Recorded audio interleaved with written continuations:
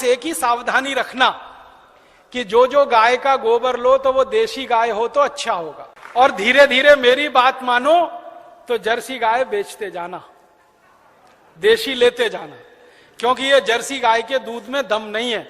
आपको मालूम नहीं है, दुनिया में भारत को छोड़कर जर्सी गाय का दूध कोई देश नहीं पीता। डेनमार्क में सबसे ज्यादा जर्सी गाय है, डेनमार्क वाले दूध ही नहीं पीते। क्यों नहीं पीते? कैंसर होने की संभावना है जर्सी गाय के दूध से, घुटनों का दर्द तो तुरंत हो जाता है, बड़ी बड़ी बीमारियां होती हैं। और जर्सी गाय को एक खतरनाक बीमारी होती है, मैड काउ डिसीज, उस बीमारी के चक्कर में दूध भी उसका प्रदूषित होता है, इसलिए जर्सी का दूध दुनिया में कोई नहीं पीता। डेनमार्क की सरकार तो दूध ज्यादा होने पर समुद्र में फेंकवा देती है। आपको सुनकर हैरानी होगी, डेनमार्क में दूध बहुत है, चाय बिना दूध की पीते हैं सबके सब, क्योंकि वो दूध उनको खराब लगता है।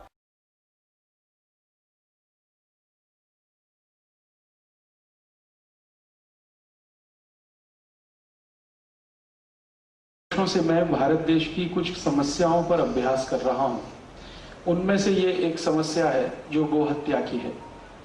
गोहत्या की समस्या इतनी बड़ी है हमारे भारत देश में कि हर साल 2,50,00,000 गाय का कत्ल इस देश में होता है, और 2,50,00,000 गाय और गोवंश का कत्ल करने के लिए 3,600 कत्ल खाने इस देश में चलते हैं। भारत सरकार के रजिस्ट्रेशन से चलने वाले ये कत्ल खाने 3,600 के आसपास हैं। बिना रजिस्ट्रेशन चलने वाले जो कत्ल खाने हैं उनकी कोई माहिती सरकार के पास नहीं है। एक बार मैंने भारत सरकार के कृषि मंत्रालय को, जिसके अधीन में पशु मंत्रालय भी आता है, पशुधन विभाग आता है, उनको एक खत लिखा था, पत्र लिखा था, और उनको ये पूछा था कि जो रजिस्टर्ड कत्ल खाने हैं जिनका सरकार ने अनुमति पत्र दिया है उनकी संख्या 3,600 है, अनरजिस्टर्ड कितने हैं? तो उनका हमने आज तक गिनती नहीं किया है, लेकिन हमारा अनुमान है कि 36,000 कत्ल खाने अनरजिस्टर्ड है।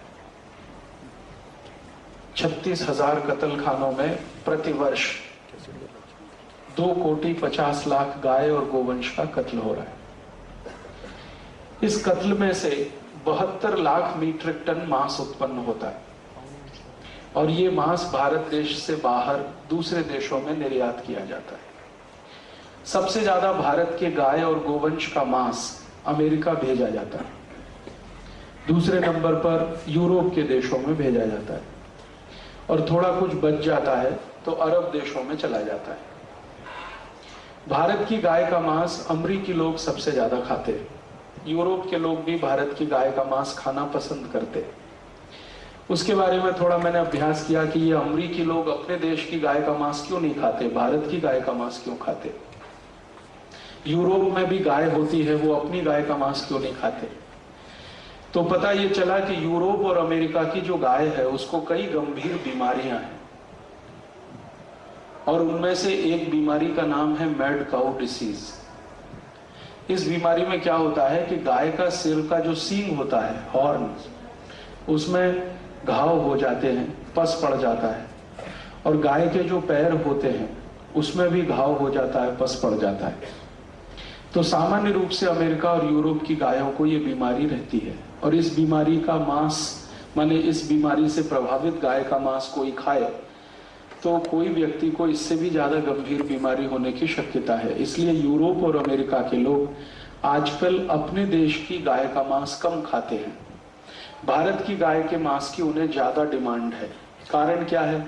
भारत की गायों को यह बीमारी नहीं होती है।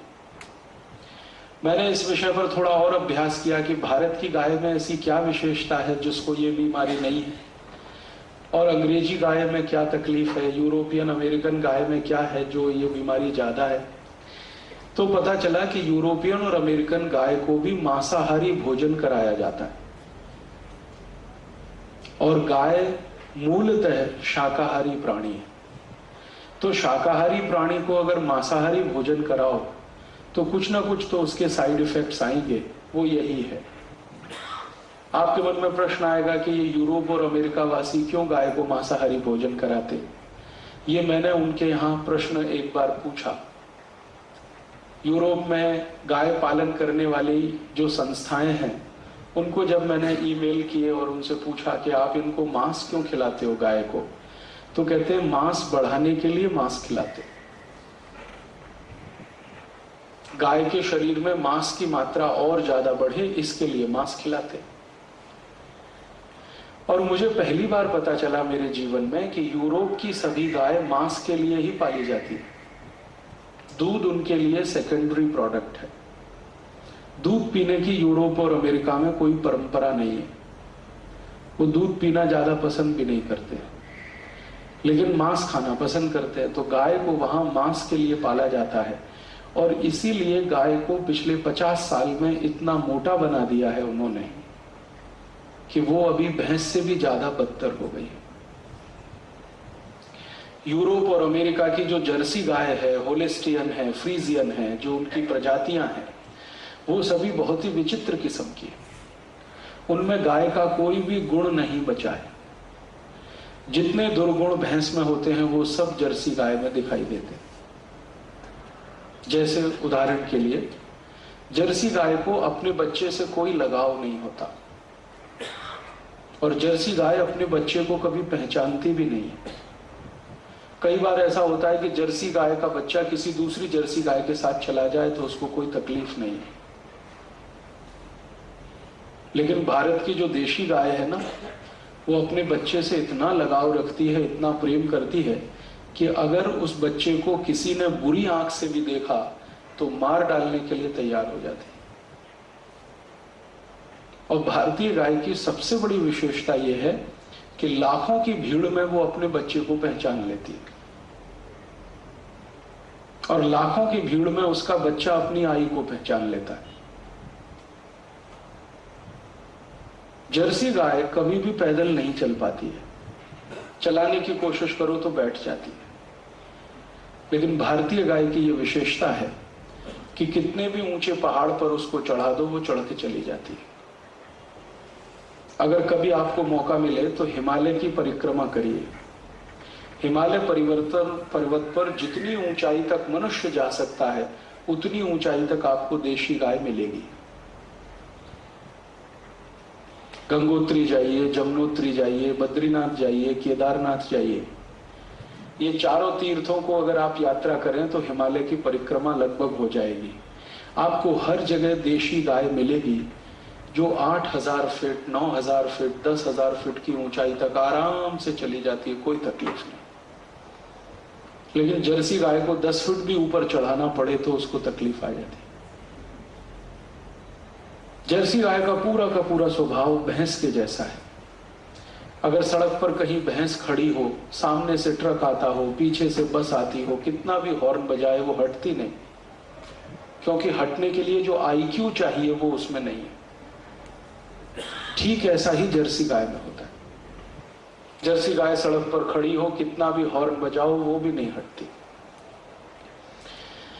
सामान्य रूप से ये जो जर्सी गाय है, इसके बारे में यूरोप के लोग ऐसा मानते हैं कि इसको विकसित किया गया है डूकर के जीन से, सुअर के जीन से विकसित किया गया है। और इसमें जितनी भी जर्सी गाय है यूरोप और अमेरिका में, आपको सुनकर आश्चर्य होगा कि इनका जो वंश बढ़ाया गया है वो सब आर्टिफिशियल इंसेमिनेशन से बढ़ाया गया है, सबका। और आप जानते हैं कि आर्टिफिशियल इंसेमिनेशन में ये गुंजाइश है कि आप चाहें तो घोड़े का जीन्स उसमें डाल दें, आप चाहें तो डूकर का डाल दें, सुअर का डाल दें, कुछ और जानवरों का भी डाल सकते हैं। और आर्टिफिशियल इंसेमिनेशन से ही उसको गर्भवती बनाया जाता है। ये उनके यहां पिछले 50 साल से चल के आता है। यूरोप और अमेरिका के जो भोजन विशेषज्ञ हैं, न्यूट्रिशनल एक्सपर्ट्स जिनको माना जाता है, वो सभी कहते हैं कि अपनी गाय, माने यूरोप और अमेरिका की जर्सी गाय का भोजन अगर करें तो 15 से 20 साल में कैंसर होने की शक्यता, डायबिटीज तो सबसे जल्दी होता है, arthritis, rheumatoid arthritis, osteoarthritis, asthma, bronchial asthma, ऐसे 48 रोग होने की सबसे ज्यादा संभावना है। यूरोप और अमेरिका की गाय का मांस खाओ तो अब वहां पर एक अभियान चल रहा है यूरोप और अमेरिका में। वो अभियान यही है कि उनके देश में जो गाय है उसका मांस कम से कम उपयोग करो, और भारत जैसे देश में जो सुरक्षित गाय है इसका मांस ज्यादा से ज्यादा खरीदो। तो भारत सरकार के साथ यूरोपियन कमीशन ने और अमेरिका ने एग्रीमेंट साइन किया हुआ है।